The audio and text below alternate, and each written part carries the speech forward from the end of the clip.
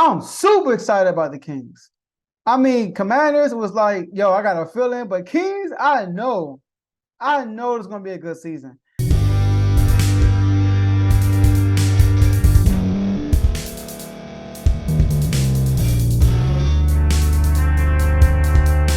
Welcome to the Joe Jordan Show. Something new for y'all on the R2L Network.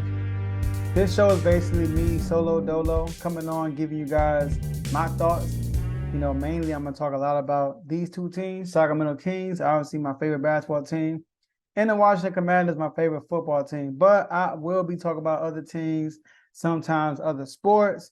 Whatever I'm watching, I will be coming here and giving you guys my knowledge, my thoughts on that topic. But for the first episode of the Joe Jordan Show, obviously I want to talk about my two teams. I want to talk about the Commanders and I want to talk about the Sacramento Kings. First, let's talk about the Commanders because right now we are in the football season.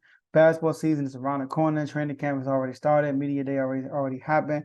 But let's talk about those Washington Commanders. Right now, the Commanders are 2-2. For those who've been watching the Refuse to Lose show, shout out to Tomo and David, right? Tomo and Dave. You've been watching the Refuse to Lose show or you in our IG chats, you know that I've been speaking loud about the Commanders all season. I've been saying that the Commanders will win 11 games this year.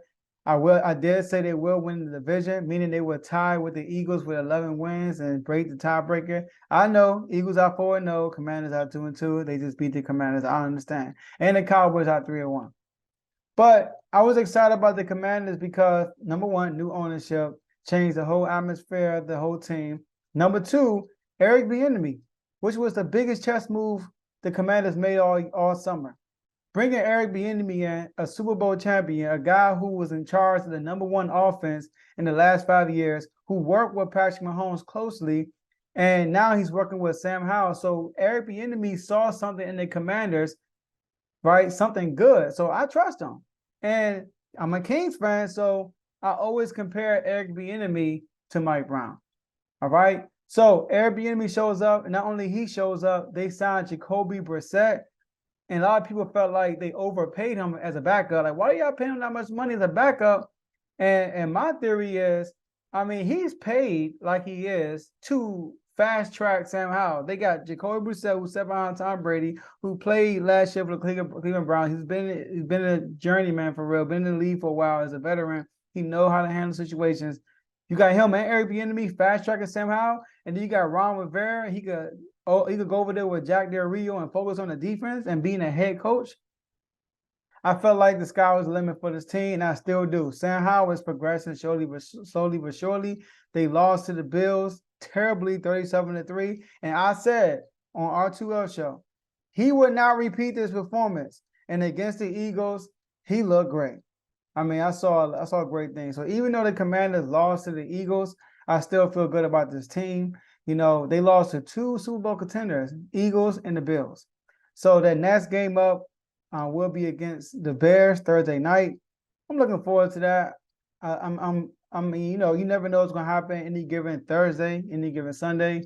But I'm going to say the Commanders are going to win that game. All right, the Bears are struggling. The Bears are 0-4. They had a great first half against the Broncos and then collapsed in the second half. And the game is home in Landover, Maryland. It's a sold-out crowd once again. That's another thing. The crowd is sold out every single game now at home. So I'm excited about the Commanders. Terry McLaurin is still my guy. Still got Jahan Dawson, got his first touchdown against the Eagles. I think he'll start turning up a notch. B-Rob has stepped up big time this year so far in the screen game and on the ground. Antonio Gibson, even though he fumbled, he had some good moments against the Eagles on Sunday.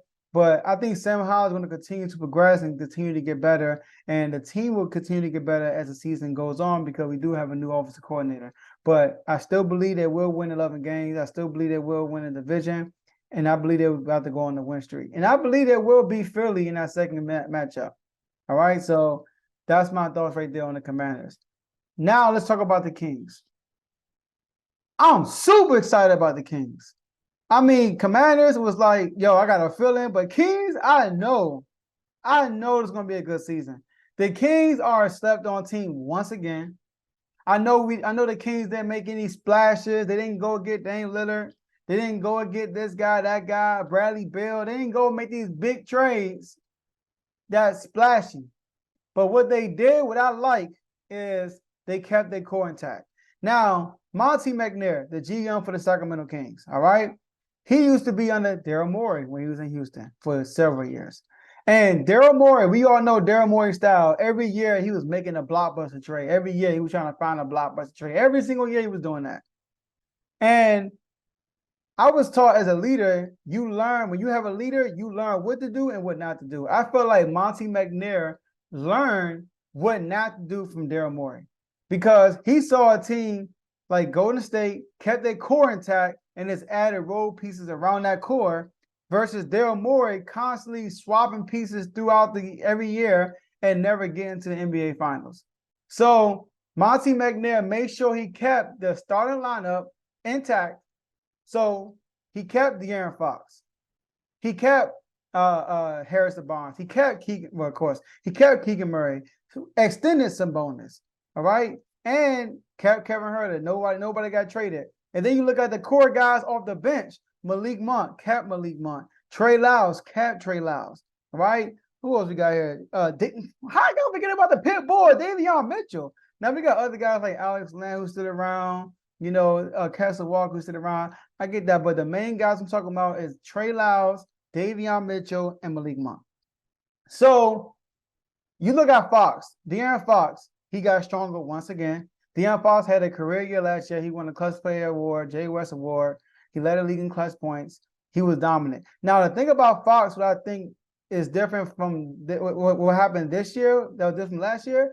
If you watch the Kings last year throughout the regular season, Fox was chilling the first three quarters. Literally, he was chilling. And then when the fourth quarter came, he turned up every single time. But when you watch the playoffs, De'Aaron Fox turned up from the start. He didn't wait to the fourth quarter to get aggressive. He was aggressive from the first quarter. So I think that's one adjustment he will make throughout the regular season. And then you look at Kevin Huerter. Kevin Huerter, in the playoffs, he was horrible until Game 6. Game 6 came, he started to get more comfortable. He had his big game. So hopefully he could recover from that. And then I know Mike Brown talked about the DHO. Kevin Huerter, a lot of his games off the DHO was a bonus. And Mike Brown said he installed new plays in the offense that will, when teams try to stop the DHO, they got to counter for that, right? So shout out to Mike Brown, Coach of the Year.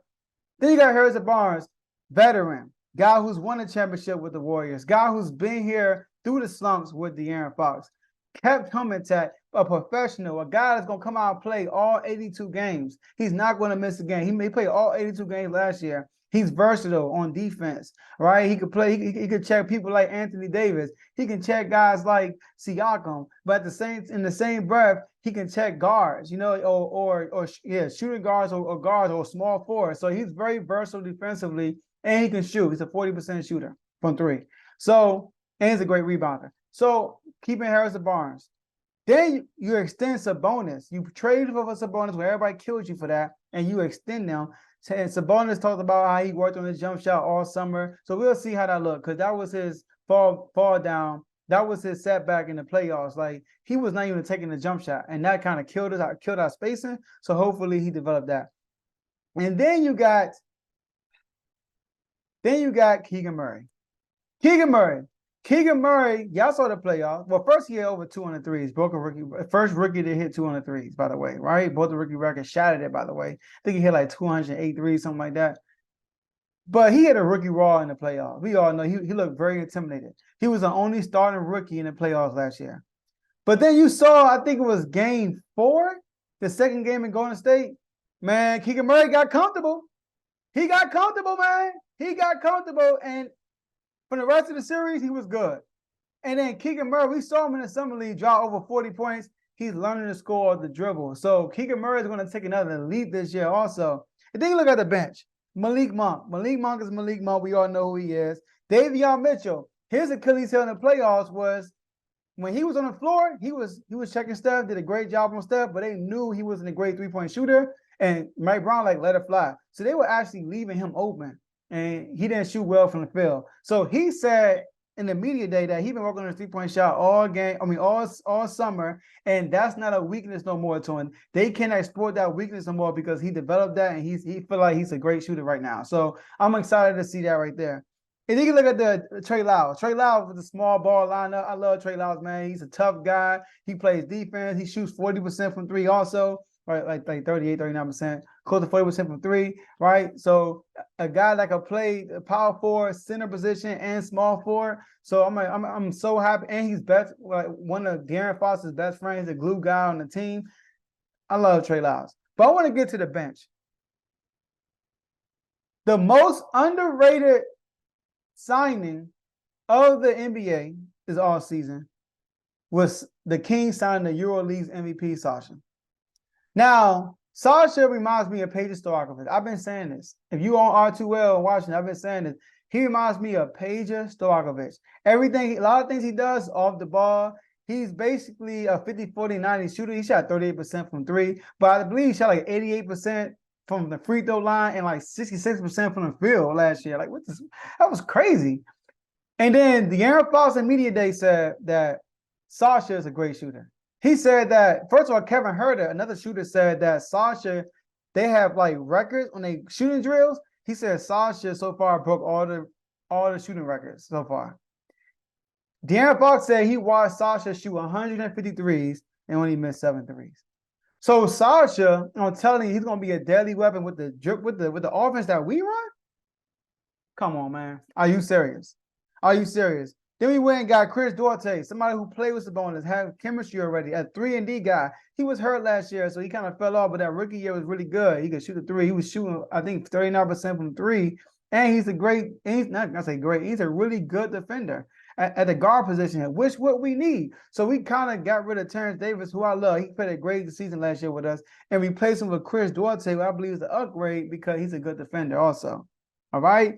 And then one guy that's underrated also, JaVale McGee.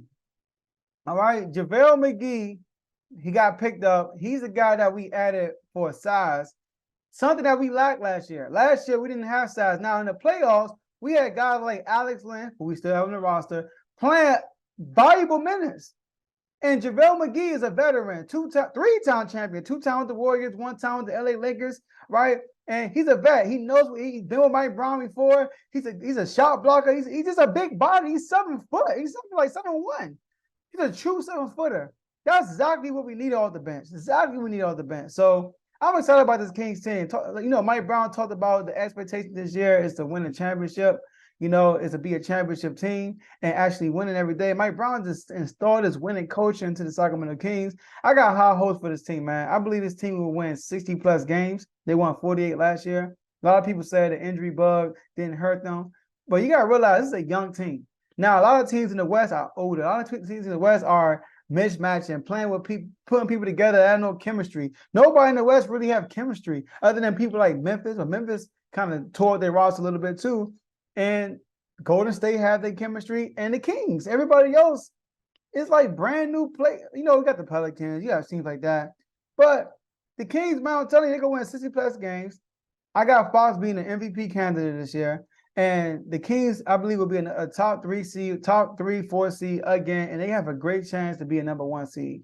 All right. So I'm excited about this year, y'all. I'm excited about coming here and talking to you guys about sports. I got a lot of stuff I want to talk about, a lot of stuff I watch. But that's all I have for y'all today. And I'll see y'all next episode.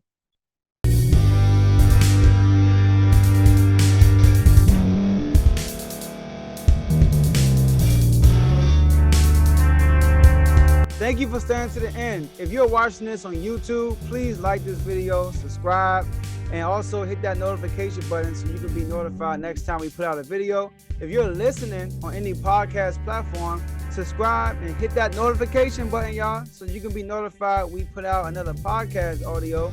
And last but not least, hit that share button. No matter what you're listening to or watching it, hit that share button and send it to somebody that you know that would love to watch this episode you just listened to.